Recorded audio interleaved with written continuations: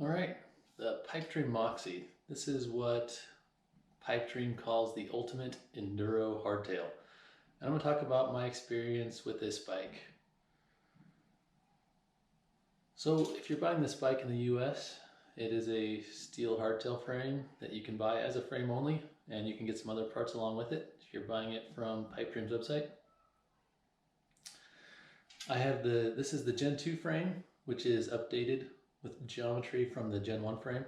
It has a 64-degree head angle, 77.5-degree seat angle, 64 millimeters of bottom bracket drop, 425 to 441 chain stays, which are adjustable. The wheelbase is 1264 to 1280, thereabouts. But definitely modern enduro numbers, if nothing else.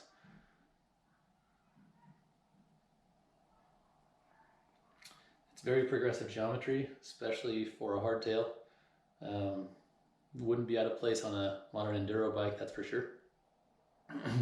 It does come in 3 sizes. The one I'm holding here, the one that I've been talking about, is the longer frame size. It also has a long and a long-ish, which are, instead of having a small, medium, large, it's longish, long, longer.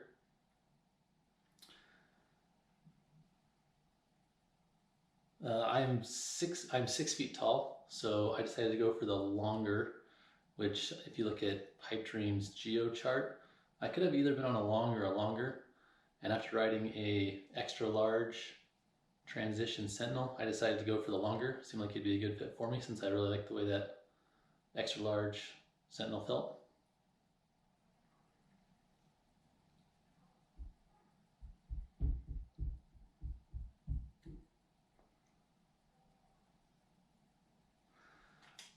But at any rate, this thing definitely follows the long, low, and slack trend. If you're looking at getting something with modern geo and a steel hardtail, this is definitely going to fit the bill.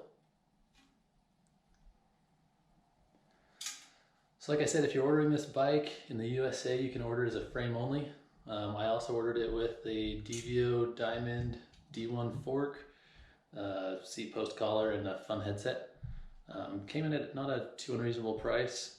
When I was thinking about ordering it, I sent some emails to Pipedream, and Alan, the owner and designer for Pipedream, emailed me back personally, which was pretty cool.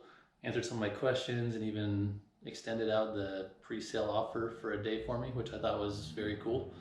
The ordering process was very smooth. It took about a month to get my frame, which was a little bit delayed from what it was supposed to get here at. But overall, not too bad. Got here in a reasonable amount of time, I'd say.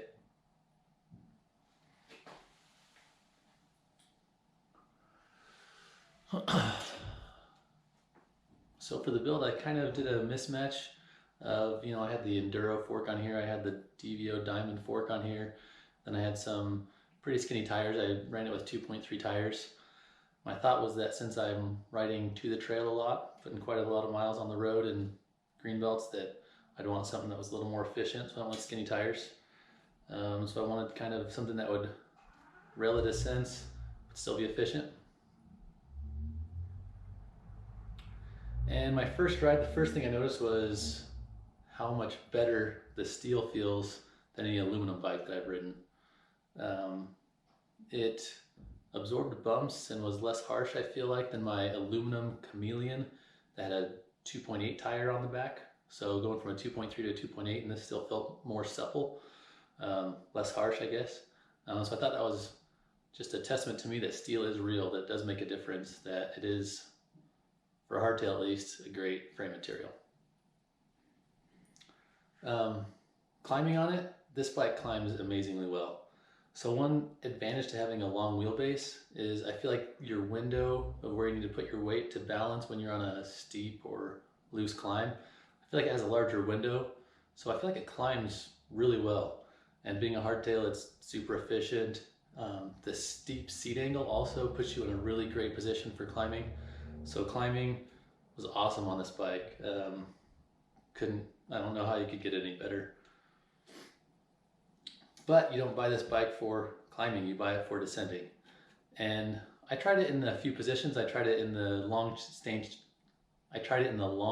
chainstay position, so 441 chainstay. And I tried it in the short chainstay position, 425, and it definitely makes a huge difference. I didn't think it'd make such a big difference, but with the long chainstay, the bike feels even longer and more stable. With the short chainstay, it feels a little more maneuverable and nimble and agile. Either way though, it's still a very long bike. Like I said, 1264 for the wheelbase in the short setting, which is still just a huge bike, a lot to move around. But all that bike length means it's very stable, it's very confidence inspiring, and it's very fast downhill. So I would say yes, it definitely checks the box of being an enduro hardtail. Climbs great and descends amazingly as well.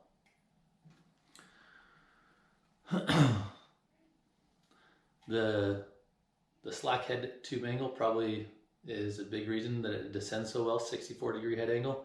Obviously with sag it's going to be a little bit less, but going down steep sections of the trail, going over rock rolls and down steep little chutes, just you feel like you can go over anything. That over the bar sensation that you get sometimes is just never even there at all. So you may be asking yourself, all right, well if this is such a great enduro hardtail, why are you holding the frame only and not a complete build? Well, the reason for that is just that after I was riding this bike a little bit, I was talking to my buddy and I said, yeah, you know, it feels a little bit big, feels a little bit unwieldy. I don't feel like I can move it around very quickly. And this friend had a Generation 1 Pipedream Moxie that was a frame size long, so they're medium size frame. And he let me borrow that for a couple weeks. After riding that, it turned out to be more what I wanted. It was a little more playful, a little more agile, a little more maneuverable, which is something that I was looking for in my bike. Now, it's kind of a little bit of apples and oranges comparing a longer Gen 2 frame to a long Gen 1 frame. And I think the way I would summarize it is this Gen 2 longer felt like an enduro bike, whereas the Gen 1 long frame felt like a trail bike. And really at the end of the day, I was looking for something that was more of a trail bike. So I sold this. I'm gonna box it up right now, ship it to a lucky man in Texas who purchased it from me. And then I'm gonna ride that Gen 1 long frame. And I'll do a bike check on that shortly. Don't have time right now, but I want to emphasize that I did not sell this frame because I didn't like it. I liked it a lot. And if my buddy didn't have the long Gen 1 frame, I would have been totally happy with this bike. But someday I'll get an enduro bike and it'll probably be a full suspension bike. For now though, I'm really happy with the Gen 1 long frame. It feels a little more snappy, a little more playful. So yeah, if you're looking for an enduro hardtail, I don't think you can do any better than this. It's got the adjustable dropouts, which like I say, the sliding dropouts make a big difference in how the bike feels, and you can dial it in to your preference. Very confidence inspiring, very fast. Overall, great bike. If you have any questions, feel free to ask me in the comments below. I'll try to do my best to answer.